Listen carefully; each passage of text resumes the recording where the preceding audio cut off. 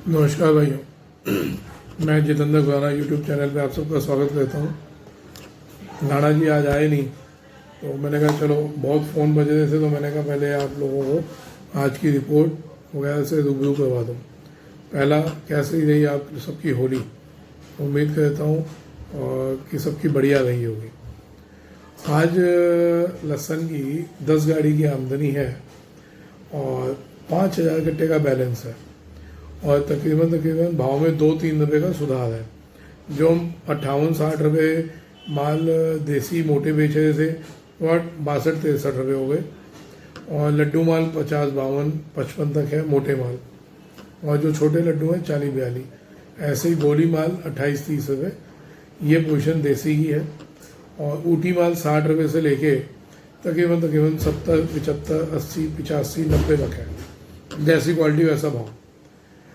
अब आ जाता है, मेरे पे कुछ क्वेश्चंस चल रहे हैं, बहुत किसान और कई व्यापारी लोग फ़ोन कर रहे हैं कि जी आगे कैसा रहेगा, कब स्टॉक करना चाहिए। एक बहुत खुशी की बात और एक आदमी के ना एक गर्व की बात होती है, वो मैं आपसे शेयर कर रहा हूँ। आज 2 लोग, एक मिलने आए और एक का फ़ोन आया। 2 लोग थे, एक थे हमारे पुलिस डिपार्टमेंट से। मैं अभी बताऊँगा गर्व की बात क्यों है। तो पुलिस और एक दूसरा डिपार्टमेंट, वो सुन के आप कहेंगे या ये दोनों तो एक ऐसे डिपार्टमेंट है कि जिसको सुन के आदमी टेंशन में आता है। तो एक तो पुलिस डिपार्टमेंट से भाई साहब आए मेरे से मिलने, एक इनकम टैक्स डिपार्टमेंट से कॉल आया कि जी हम दोनों ही खेती से जुड़े हुए लोग हैं, उनके कोई रिश्तेदार या तो खेती कर रहे होंगे या कुछ उनका वो होगा। तो उनका फ़ोन था कि मैं जी फलाना डिपार्टमेंट से हूँ, मैं यहाँ से हूँ। तो मैंने कहा जी बताएं। तो उन्होंने कहा जी हम आपके YouTube चैनल तकरीबन पिछले 1 साल 1.5 साल से देख रहे हैं और हमारे को पिछले साल आपकी वजह से हमने अपना जो लहसुन था, जो हम उम्मीद बना के बैठे थे कि फिक जाएगा, हम फ्री में उठवा रहे थे लोगों को, और फ्री में भी उठाने वाला कोई नहीं था उस टाइम। हमने रोका, हमने बाद में 20 रुपये का 25 रुपये किलो 15 रुपये किलो बेचा। तो अच्छी खुशी हुई जब पता चलता है। ऐसे तो कई लोगों के कॉल आए ये वाली बात पे, तो खुशी होती है भाई साहब जब कोई हमारी वजह से बचता है, तो एक अच्छा मन में सुकून आता है कि चलो हमारी वजह से या हमारे अंदाजे की वजह से अगर किसी का भला होता है तो एक दिल में एक तसल्ली हो जाती है कि चलो बढ़िया। तो जो इनकम टैक्स डिपार्टमेंट से थे, तो उन्होंने जब जिन्होंने माल पिछली बार मेरे कहने से रोका माल, उनका जो खेत का माल होगा, और उसके बाद उन्होंने बताया कि उन्होंने बेचा और पैसे बनाए। तो आज उनका फ़ोन था, ऐसे कई लोगों का फ़ोन था कि माल किस टाइम रखना चाहिए और जो माल हमारा पैदा हो बेचे या रोके। कुछ लोग का माल अभी भी लेट निकलना है, किसी का माल अप्रैल में निकल रहा है, किसी का मार्च एंड में निकल रहा है। तो बहुत कन्फ्यूज़न वाला माहौल है कि क्या कहना चाहिए। तो उन सब क्वेश्चंस का मैं वो आज लेके बैठा। तो भाई साहब मेरे हिसाब से ये टाइम बेचने का है, अच्छा रेट मिल रहा है अभी, और ये प्लस माइनस 2-4 रुपये ऊपर नीचे चलता रहेगा। कोई लंबी चौड़ी तेजी मद्दी अभी नहीं आनी, क्योंकि आगे बारिशें भी हैं। जैसे कल परसों मौसम ख़राब हो गया, आज पीछे आवकें कम हो गई, और ये बारिशों का मौसम भी ख़राब रहेगा अभी, और छुट्टियां भी हैं इस महीने में। तो ये टाइम जिनको माल निकालना है गीले में, तो ये बेचने का टाइम है, ये खरीदने का या स्टॉक करने का टाइम नहीं है। स्टॉक हमने कब करना है? जब ये माल सूख जाए और थोड़ा रेट डाउन आ जाए, जिसकी उम्मीद लगती है कि अप्रैल में हर तरफ का माल चालू होगा। यूपी भी चालू हो जाएगा, राजस्थान भी चालू हो जाएगा, गुजरात भी थोड़ा थोड़ा निकलने लग जाएगा। तो मई में उम्मीद है कि रेट कुछ डाउन आने चाहिए। अगर वो डाउन आते हैं और तब तक माल भी सूख जाएंगे, तब एक बार विचार करा जा सकता है। हम बात तो कहते रहेंगे एक दूसरे से, आप लोगों के कॉल्स भी आते हैं, व्हाट्सएप पे भी मैसेज आते हैं। तो उस टाइम में मेरे अंदाजे से स्टॉक करना चाहिए। अभी स्टॉक करने का कोई समय नहीं है, गीले माल है, इसमें हम अगर स्टॉक करते हैं तो कोई फ़ायदा नहीं भाई साहब। उसमें वज़न भी जाएगा और माल भी ख़राब होने की गुंजाइश ज़्यादा होगी। तो थोड़ा सा इस बारे में देखो, किसी का सूख गया है और पड़ते का मिल रहा है तो ले लो। अब एक भाई साहब कह रहे थे नहीं नहीं है, जो सिर्फ मेरा यूट्यूब चैनल देखने से प्रोत्साहित होकर और उनको इच्छा जागी कि हमने व्यापार करना है लहसुन का, वो भी मेरे को पैसों आए थे कि जी मैं लहसुन का व्यापार करना चाहता हूँ और पहली बार कहना चाह रहा हूँ, कहाँ से करूँ क्या नहीं, ये गाइड कर दो। मैं कहा बिल्कुल अच्छी बात है, आप व्यापार करें, कितनी पूंजी है आपके पास? उन्होंने कहा जी यही 4-5 पेटी है भाई साहब। तो मैंने कहा जी इसमें भी आप व्यापार कर सकते हैं, कोई दिक्कत नहीं, घाटे कर सकते हैं, कोई दिक्कत नहीं। घाटे नफे का किसी भी पार्टी को बोलेंगे आपसे पैसा लेके घाटे नफे का, वो आप व्यापार चालू कर सकते हैं। दूसरी चीज उन्होंने पूछी क्या 1 नंबर में होता है, 2 नंबर में इसका जीएसटी नंबर होता है या नहीं होता? तो भाई साहब देखिए, व्यापार कभी भी करें 1 नंबर में ही करें, 2 नंबर का कोई मतलब ही नहीं होता।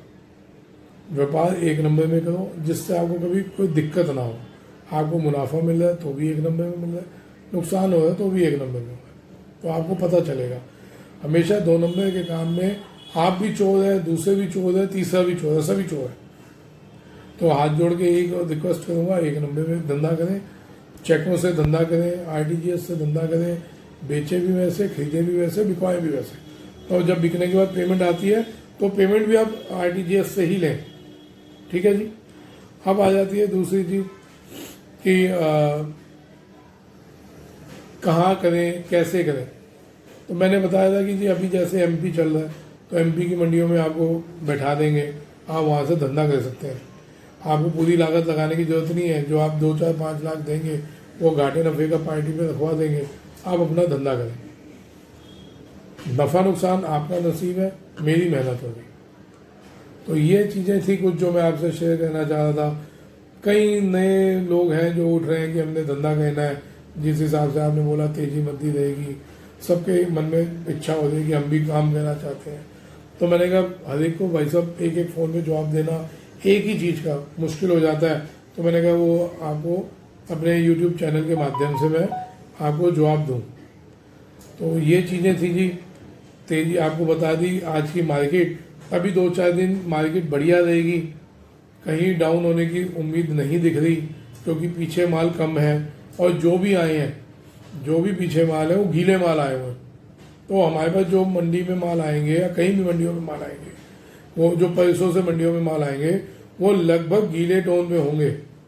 तो इस बात को विचार करके लेना कि जो आज आप माल खरीद रहे हैं वो सूखे हैं, जो 2 दिन बाद माल आएंगे वो गीलेपन पे आएंगे, क्योंकि आज गीले माल ही पीछे मंडियों में आए हैं, जो बारिश हुई थी वो बोले। तो वो आज की मंडी, कल की मंडी, पैसों की मंडी में आके वो क्वालिटी निकल जाएगी गीले वाली। तो इसलिए गीला माल संभल के ही लेना, संभल के ही बेचने के लिए मंगवाना, कि जिसमें आपका माल काला ना पड़े जी। ये चीज़ें थी।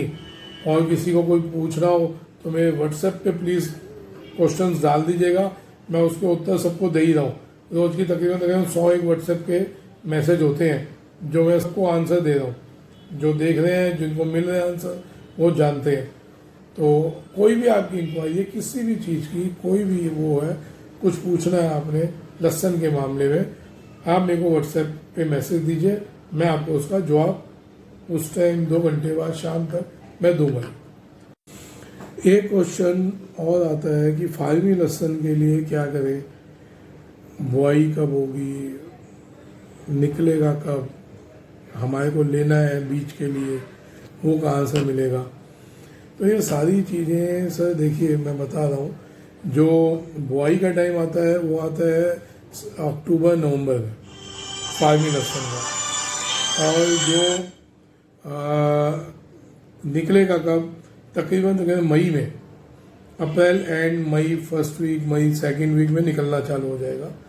उस टाइम में आप लोग फ़ोन कर लीजिएगा, पूछ लीजिएगा क्या रेट है और बीज कहाँ से मिलेगा। बीज आपको मैं प्रोवाइड करवा दूंगा। दिल्ली में माल बिकने के लिए आता है मेरे पास, और भी मंडी में कई लोगों पे आता है, तो वहाँ से हम बीज प्रोवाइड करवा देंगे आपको। और इसका बीज हर बार की तरह, ऊटी की तरह हर बार लेना नहीं पड़ेगा आपको। आप एक बार बीज ले लिया, आपने लगा दिया, उसी बीज को आप रीयूज़ कर सकते हैं। तो उसमें ये नहीं है जैसे ऊटी में हर बार आपको बीज खरीदने जाना ही जाना है, ऐसा कुछ नहीं है। एक बार आपने बीज लिया कह दिया। एक और भाई साहब ने हैं, एक हमारे जो हमारे आलोचक कह सकते हैं, या देखते रोज है मेरा वो चैनल, लेकिन आलोचक हैं बहुत बढ़िया मेरे, तो अच्छी बात है, आलोचक भी होने चाहिए आदमी की ज़िंदगी में, क्योंकि जब तक आलोचक नहीं होंगे आपको आपकी एक्चुअल कमियां नहीं पता चलेंगी। बाकी तो सब मिल जाएंगे आपकी तारीफ करने वाले, कुछ लोग बुराई कहने वाले भी होने चाहिए।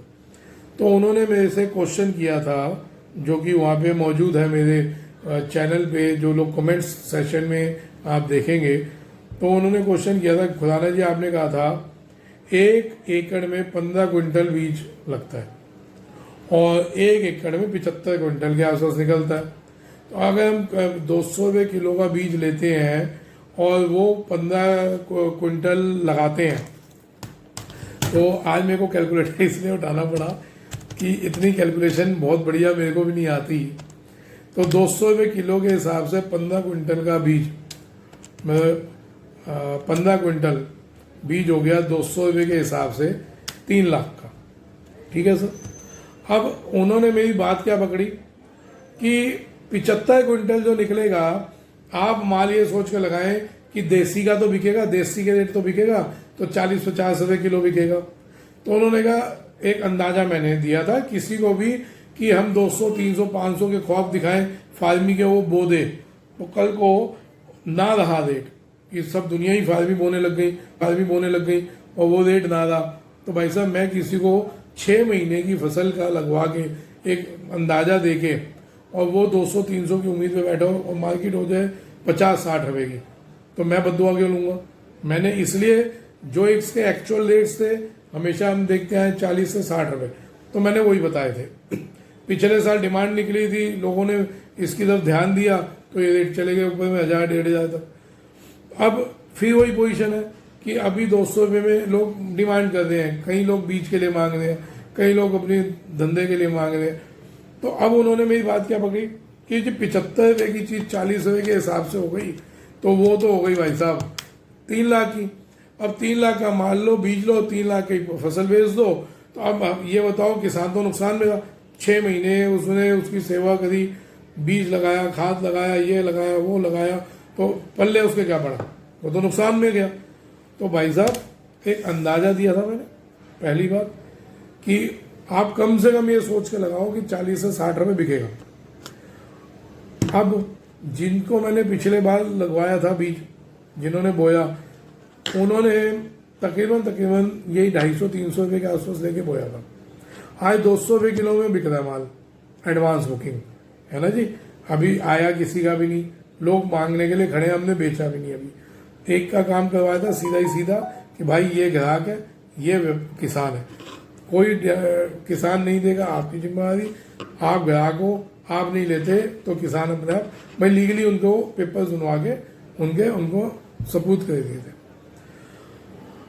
अब जिसने 250-300 रुपये किलो में बोया बीज, आज उसका क्या रेट बिक रहा है भाई साहब, 200, 250, 300 आराम से बिक जाएगा उसका। तो कहाँ वो लॉस में। उसके बाद अब उसका हमेशा के लिए बीज फ्री हो गया अगली बार के लिए। तो एक बार तो आपको फसल बोने के लिए माल तो खरीदना ही पड़ेगा ना भाई साहब। तो उसमें इतना लोगों को ना तो कंफ्यूज करो।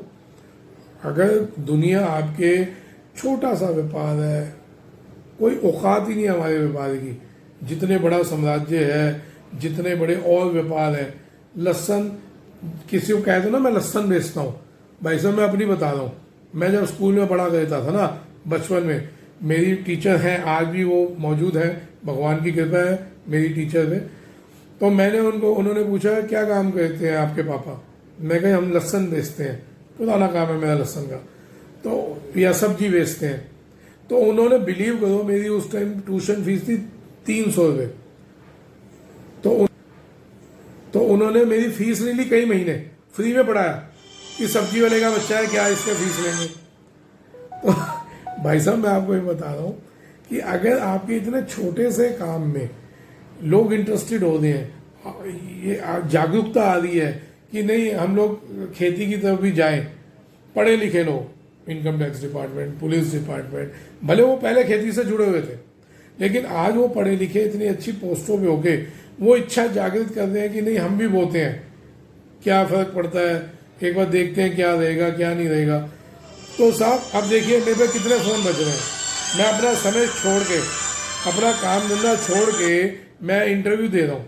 मेरे को कोई लालच नहीं है, मैं कोई ये नहीं कह रहा मेरे पे माल बेचो या मेरे से खरीदो, ठीक है जी। मैं अपना काम छोड़ के इंटरव्यू दे रहा हूँ। तो ये मैं उन आलोचक भाई साहब के लिए, जो यूज़र कुछ करके ईमेल उसका है, उसके लिए संदेश है कि भाई अगर कोई लोग आ रहे हैं, जागरूक हो रहे हैं, कोई खेती में आना चाह रहे हैं, कोई इस बिजनेस में आना चाह रहे हैं, आप उनको कंफ्यूज क्यों कर रहे हो? आपको क्या दिक्कत आ रही है किसी के बिजनेस में, एक मिनट होल्ड करना जी, किसी के उस बिजनेस में आने से आपको क्या दिक्कत आ रही है? अगर मेरी वजह से कोई थोड़ा बहुत कमा लेता है या इस व्यापार में आ जाता है, उसमें आपके पेट में दर्द क्यों हो रहा है? अगर आप भी व्यापार कहते हैं तो भाई साहब आप अपने नसीब से कमाएं, आप अपने एक्सपीरियंस से कमाएं। मेरे को जो एक्सपीरियंस है, मेरे का जो सोचने समझने की शक्ति है, क्षमता है, तो मैं तो वो सब में बांटूंगा। मैं आपकी आलोचना से कहीं नहीं घबराने वाला। तो इसलिए आप बेचिंतित हो जाएं। मैं अपने जिस पाथ पे हूँ, जोन से मैंने रास्ता चुना है, मैं उसी पे ही आगे बढ़ूंगा। धन्यवाद।